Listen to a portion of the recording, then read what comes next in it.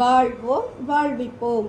இது இறைவாக்கு. இறைவனிடமிருந்து தன்னடியார்களுக்கு வழங்க பெறும் அருளமுதம். ஒன்றாம் அருளமுதம். வாசம் வாக்கு ஒன்று.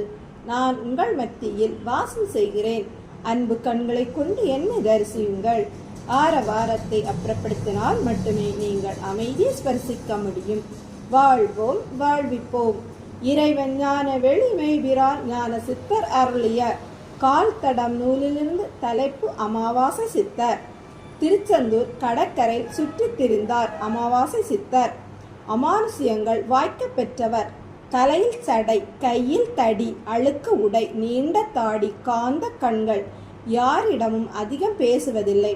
வள்ளி குகையிலே படுத்து கிடப்பார். முழிப்பு வந்து வெளியே வந்தால் திருச்செந்தூர் கடற்கரையில் காவல் காப்பார்.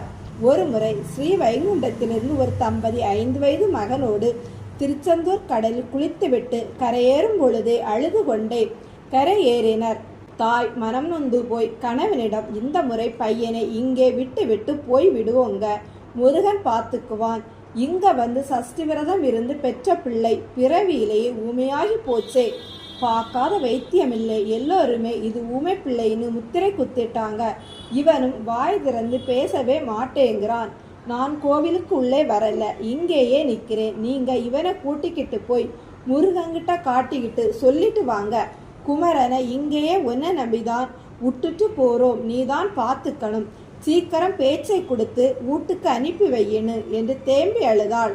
பையனை கட்டி பிடித்து, குமரா, இனி உனக்கு ஆத்தா அப்பன் எல்லாம் அந்த செந்தில் ஆண்டவன் தான், பயப்படாம போ என்று கணவன் கையில் தள்ளி விட்டாள்.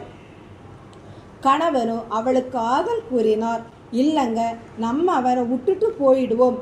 அப்பமாவது செந்தில் ஆண்டவன் பேச்சை கொடுக்கிறானான்னு பார்க்கலாம் என்றபோது, தாய், இப்படியெல்லாம் சாமி கிட்ட போட்டி போடக்கூடாது, அன்பா கேட்கணும், அப்பதான் நடக்கும்னு பக்கத்து நின்று சொன்ன அமாவாசை சித்தரை அப்பதான் ஏறிட்டு பார்த்தாள் குமரனின் தாய். அதற்குள் அமாவாசை சித்தர் காலில் விழுந்து கிடந்தார் குமரனின் தந்தை.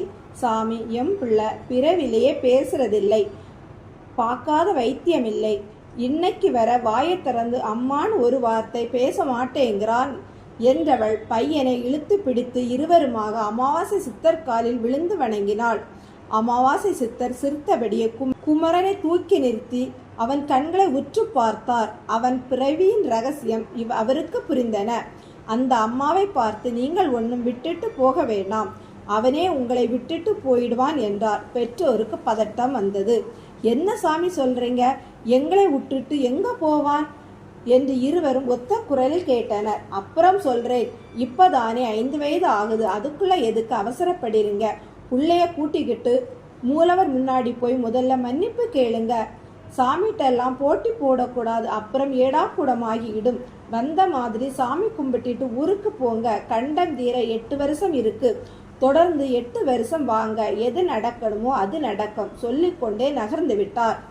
ஒவ்வொரு ஆண்டும் கந்த சஷ்டிக்கு தவறாமல் வந்து சஷ்டி விரதம் இருப்பது, வள்ளி குகையில் போய் அமாவாசை சித்தரை தேடுவது இது வழக்கமானது. ஆனால் எந்த பயனும் இல்லை.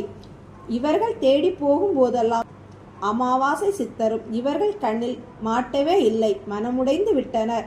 குமரனும் 13 வயது பருவத்தை எட்டினான். மீசை துளிர்க்க ஆரம்பித்தது. ஆனால் பெற்றோர்கள் ஆசைக்குத்தான் விடிவு உண்டாகவில்லை.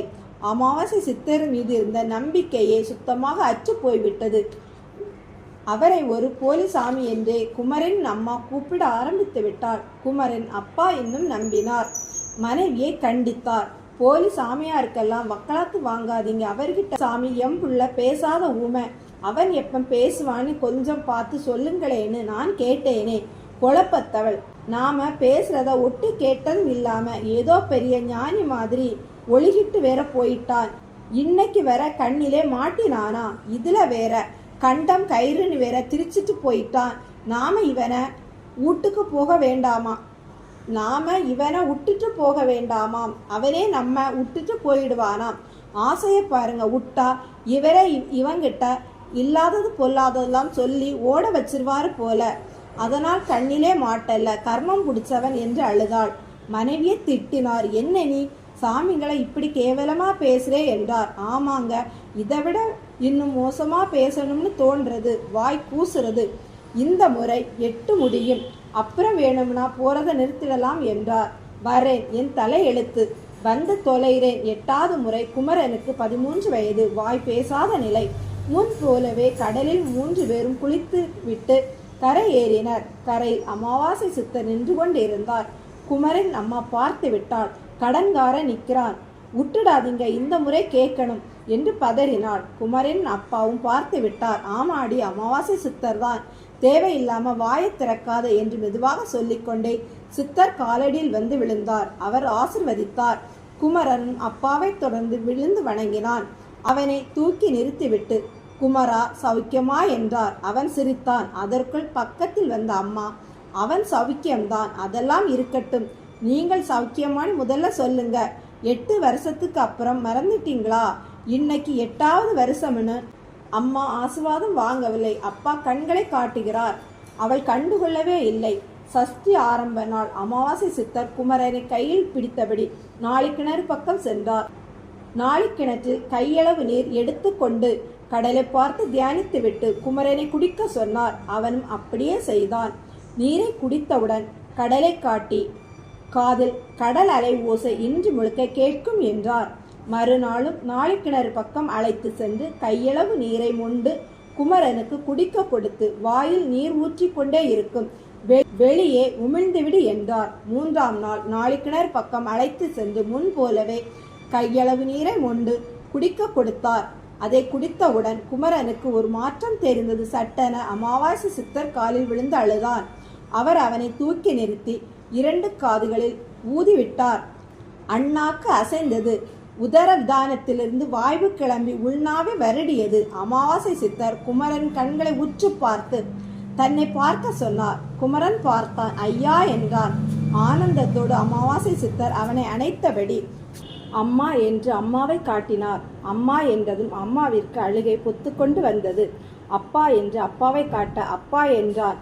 அப்பா அவனை கட்டி பிடித்து அழுதார். மூவரும் அமாவாசை சித்தர் காலடி விழுந்து வணங்கினர்.